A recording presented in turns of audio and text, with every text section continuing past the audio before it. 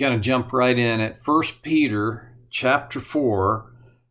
Go back to verse 1 because we got to set the context. Therefore, since Christ suffered in his body, arm yourselves also with the same attitude, because whoever suffers in the body is done with sin. Now, you can probably remember that last time I proved that I do not know exactly how suffering in the body sets us up to be done with sin. But look at verse 2 because it gives us a little more insight. As a result, they do not live the rest of their earthly lives for evil human desires, but rather for the will of God. Okay, here's what I think it comes to. When we suffer in our body, often it is because God is disciplining us. We very often suffer as a consequence of our choices. Not always, most often, but not always even in this. When we don't suffer for our choices, we are suffering because of the choice of another.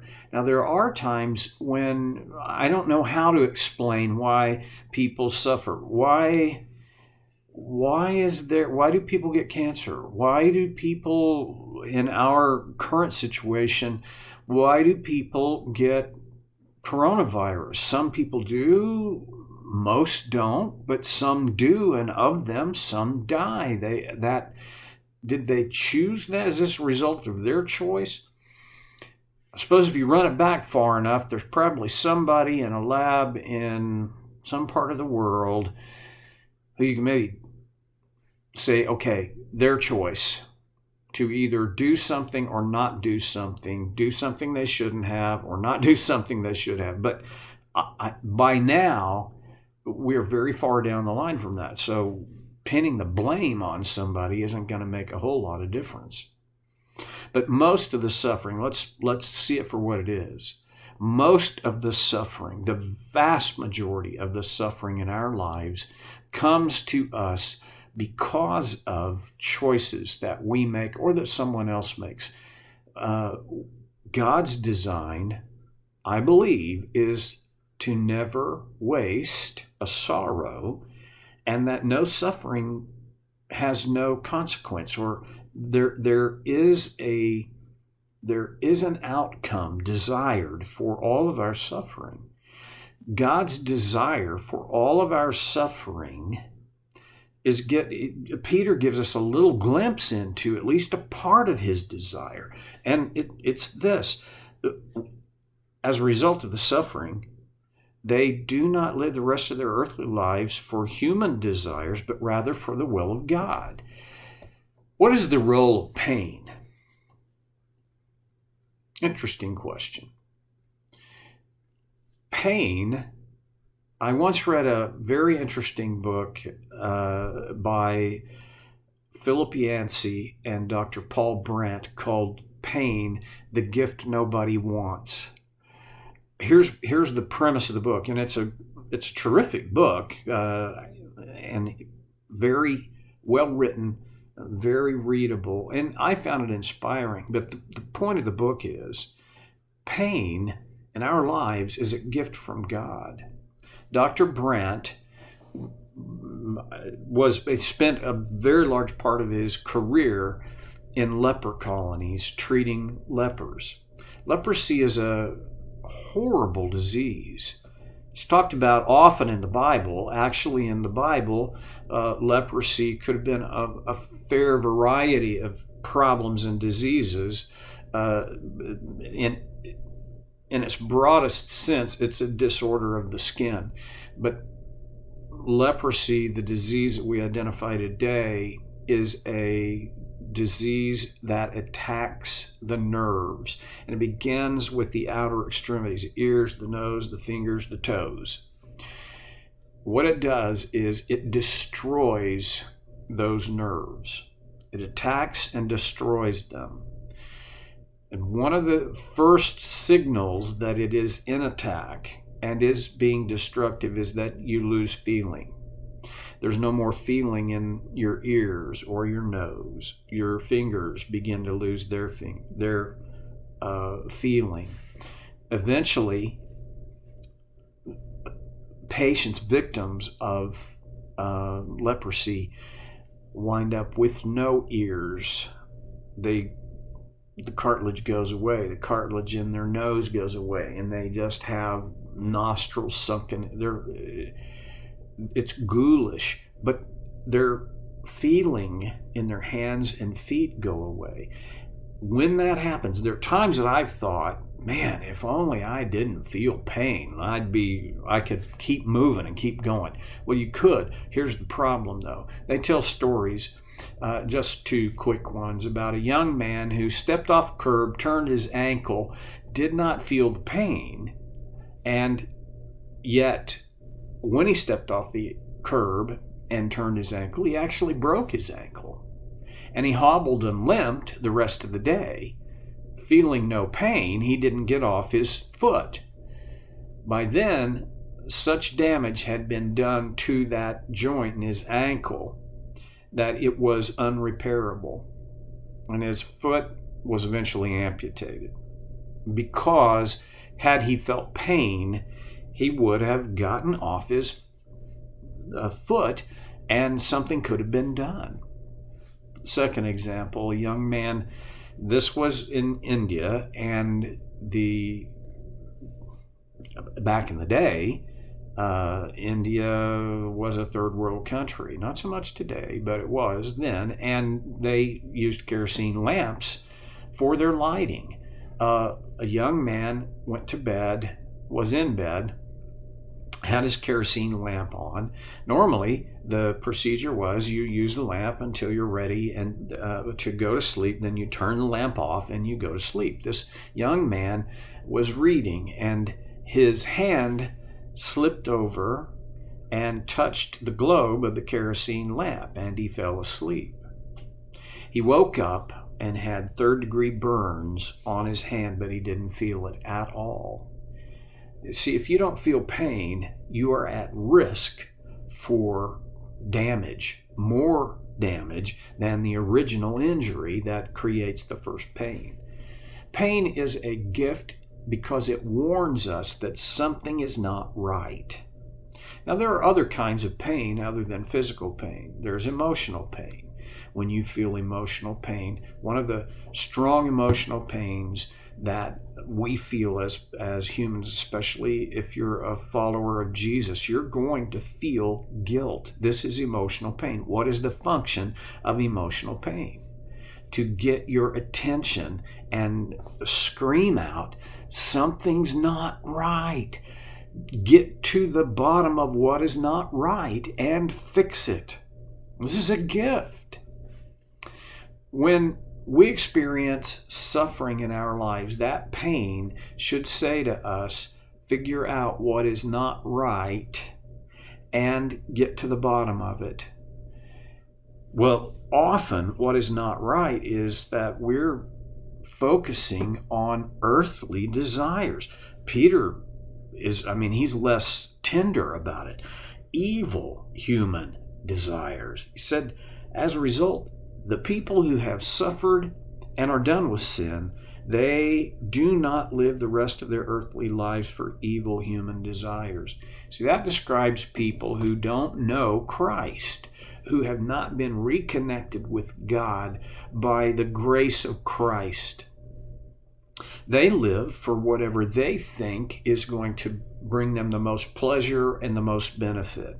And you don't have to be a philosopher or a theologian to know that often what we think is going to bring us the greatest amount of pleasure and the biggest benefit doesn't. Most often it's a short-term pleasure and a short-term benefit that in the long run are not good or healthy or beneficial. It's how we're broken. Peter says, once we let God's work in our lives through the function of suffering as one of his agencies, once we let that do its work, it gets our attention, and we interrupt the cycle that is ours because of our brokenness, is natural, that we try to get what we want. And much of what we want is not good. Some of what we want, in fact, is evil, especially when Christ is not at the center of our lives. Well, instead of living lives for evil human desires, we now live rather for the will of God. So here is essentially what I think that really where we're going. There's my will and there's God's will. On occasion, my will is accidentally parallel to or in cooperation with God's will. Occasionally, accidentally. But for the long term, over the long haul, the big picture is my will and God's will are most often not the same. And even once I've come to Christ, I have to train myself so that I release my will for God's will.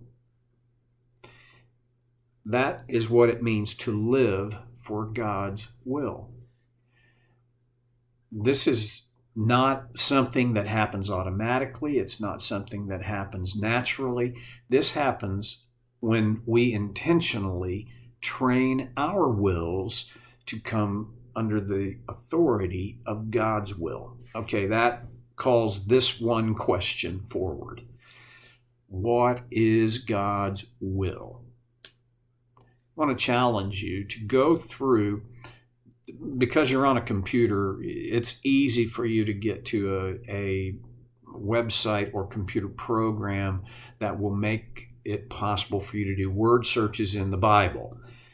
Here's what I want you to do. If you don't already have one, I usually use BibleGateway.com because it's so easy to get to. There are dozens of other resources. My favorite one to recommend, because you can use it on your phone as well as on your computer, is YouVersion of the Bible. If you type in YouVersion into your web browser, it will take you to that website and it'll offer you a download of that. And in that you get, 2 or 3 dozen translations and versions of the Bible, not to mention languages, a huge splay of languages into which the Bible's been translated and made available through YouVersion. Well, get into one of those programs and type in God's will and just do a global search for those 2 words, God's will. What I think you're going to find is there are a number of significant places where the writers, especially in the New Testament, say it is God's will or God's will is. And it's not like mystical. It's not, you don't need some kind of deep theological training. Many of the times, most of the times, it is God's will that you live a consecrated life. You live a holy life. It is God's will that you forgive. It is God's will. Look for what the Bible says is God's will. It's not hidden. There are times, significant times in the Bible, places in the Bible where God's will is expressly and specifically stated. Now, that's different than me asking, should I buy this house or not? What is your will, God? Should I move to this job or should I not? What is your will, God? Those are different. And I guess I have a much bigger thing about God's will, but I'm not going to give it out right now because I don't have time. But here's the thing. If I focus on these things that He has told me, it is His will for me to be or do or become, these other things become a little less problematic. But the point I'm trying to make is, in order for God to do in us what he desires to do, what his design is, suffering has to become informative and not just punitive. It gets our attention so that we can turn away from our old way of living, our old evil desires, and we can devote ourselves to living for God's will. My challenge and probably the application I have is dig in, find out what is God's will, and then begin seeking that out, pursuing that with your life. It's not rocket science, and it's not as hard as it might sound at first, but boy, can it be life-changing. Okay, I'll see you next time on Soul Care with Stevie Boy.